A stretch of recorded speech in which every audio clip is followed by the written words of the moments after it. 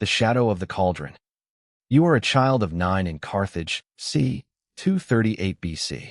The air in the Temple of Melkart is a thick, oxygen-starved slurry of heavy cedar incense and the hot, metallic tang of sacrificial blood. You do not yet understand that your life is a line item in a ledger of national humiliation. Your father, Hannibal Barca, the Thunderbolt, has been hollowed out by the First Punic War, a conflict that cost Carthage 3,200 talents of silver and the total loss of its naval pride. You feel the rough, calloused grip of his hand, a hand that has held a sword for 20 years, as he leads you toward the warm, steaming viscera of the victim on the altar.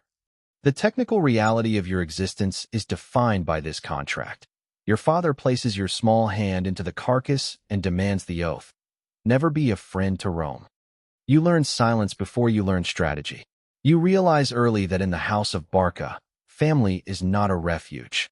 It is a technical instrument of state vengeance.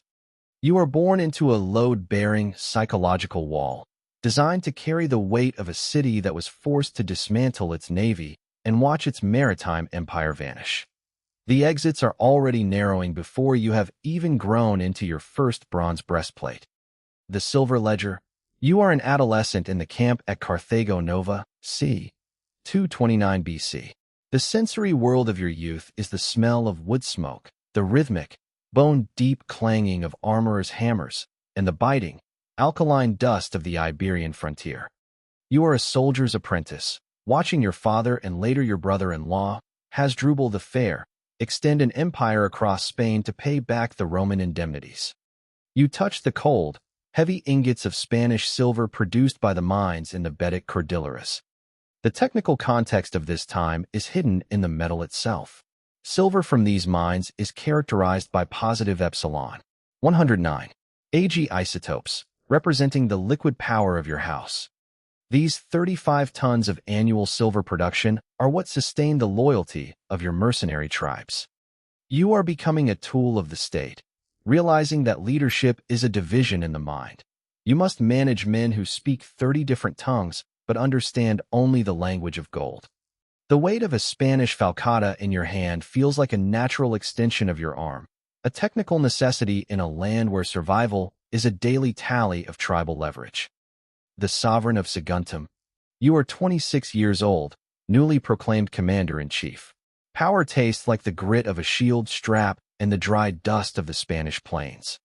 Following the assassination of Hasdrubal, the army proclaims you commander by acclamation, a technical transfer of liability from the elders in Carthage to your own young shoulders. You realize that leadership is the art of the unthinkable. To force Rome's hand, you lay siege to Saguntum, an 8-month grind of starvation and wall-breaking that smells of burning pitch and rotting waste. As the city falls and the Roman Senate demands your head, you realize the silence that follows you is the quiet of an entire civilization that has accepted a war of annihilation. You are no longer just a man. You are a position, the most consistently accountable person in the chain of a war that will define the Western world.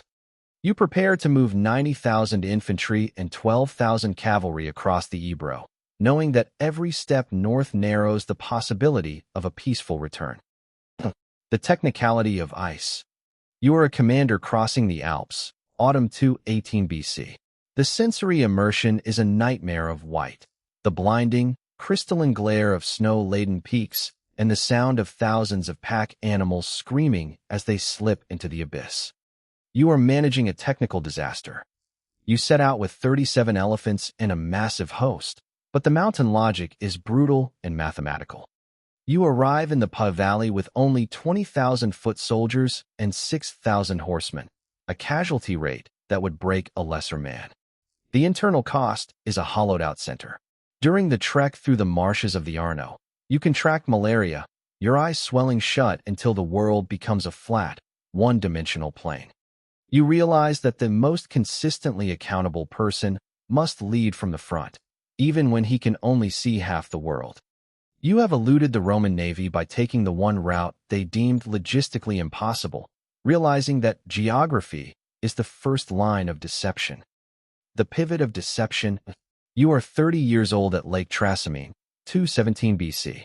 This is your pivot of power, the moment you stop being a tool of Carthaginian vengeance and become the master of Roman psychology.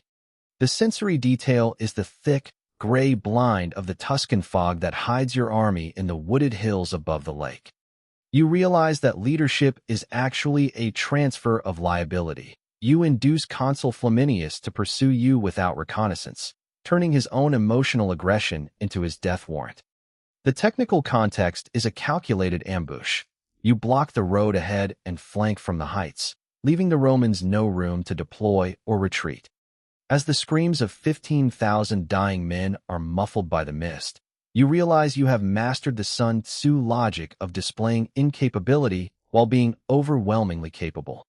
The silence that follows the battle is not just the absence of Roman life. It is the silence of a man who has realized that a republic can be dismantled from within if you can only break its spirit. The architect of annihilation, you are the commander at Cannae, August 2nd, 216 BC. Your life is now a matter of military statistics. 86,400 Romans massed against your 50,000. The smell is the stench of slaughter, specifically, the metallic odor of nearly 600 legionaries being butchered every minute until darkness falls. The technical feat is the double envelopment, a crescent formation of battle-hardened Gauls and Iberians who withdraw step by step to lure the Romans into a pocket. You stand at the center, the most consistently accountable person in the chain, holding a line that must buckle but not break. As your African infantry wheels in to crush the flanks, you realize the Romans are suffocating in their own massed numbers, buried in pits they dug for themselves in the dirt. You watch your brother Mago pour a measure of golden signet rings, the sign of 80 dead senators, onto the floor of the Carthaginian Senate, a technical ledger of a victory that should have ended the war. But as the Roman Senate refuses to parley, you realize the exits have narrowed to a point. Rome will never surrender, and your position is now permanent. The logistical burden. You are the commander of a bedraggled host, 215–11 BC. The load-bearing divisions of your mind are now taxed by the logistics of hunger. Your army requires a minimum of 3 pounds of grain and 2 QTS of water per man per day, amounting to a staggering 275,200 pounds of rations every single day, just to maintain fighting effectiveness. You are forced to remain mobile, moving from the fertile plains of Campania to the pastures of Apulia, stripping regions bare to feed the beast. The technical context is a stalemate. You win every tactical engagement, yet the silence that follows you is the refusal of Rome's core allies to defect in the numbers you need. You realize that the Roman state is a structural masterpiece of resilience that cannot be broken by a single stroke. The exits are narrowing as the Roman Senate raises new legions from slaves and criminals, and you realize your only weakness is that you cannot be everywhere at once. The stilled sails. You are the king of an isolated coast, 210–03 BC. The sensory reality is the smell of the sea, a sea you no longer control. You are effectively trapped in southern Italy, your reinforcements from Spain intercepted, and the severed head of your brother Hasdrubal thrown into your camp as a technical signal of your total isolation. You realize that sovereignty is a position that was always temporary. You watch the Roman navy patrol the coast with over 200 quinqueremes, preventing the shipments of Numidian cavalry and Spanish silver you desperately need. Your life is reduced to the technical management of a dwindling force of veterans, and you realize that to the people of Italy, you were never a liberator, only a liability that has ravaged their land for 15 years. The Roman monetary reform of 211 BC, the introduction of the denarius, proves their economy has outlived your sword. The Final Autopsy. You are 45 years old at Zama, 202 BC. The sensory shock is meeting your mirror image, Publius Cornelius Scipio, a man who has spent a decade studying your technical manuals of slaughter. The pivot of power has reversed. You are now the tool, and he is the master. The technical reality is a titanic failure. Your 80 elephants, once your pride, are turned back by Roman trumpets and become a liability to your own front lines. As your veterans are cut down on African soil, You realize the cycle of your father's hate has reached its autopsy. You negotiate a Carthaginian peace, accepting a technical indemnity of 10,000 talents and the dismantling of your navy. You return to Carthage not as a god, but as a Safite, a civilian magistrate reforming a corrupt tax system with the same isotopic precision you once used to plan ambushes. You have stabilized the economy so well that you alarm the Romans even in peace, forcing you into a final, permanent exile. The Ring's Mercy. You are 64 years old in Labissa, 183 BC. The sensory world is reduced to the smell of dust in a small fortress in Bithynia and the cold weight of a poison ring on your finger.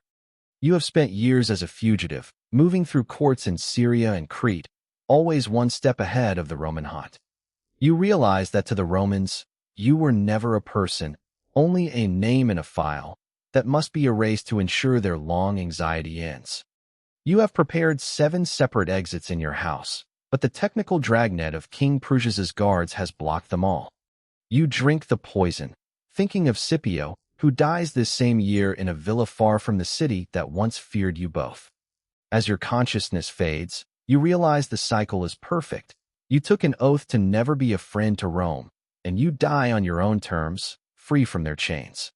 The cycle continues. Somewhere in Rome, a child is being told the story of the terror of the ancient world, starting the climb of the myth again, while you become merely the position that was once filled.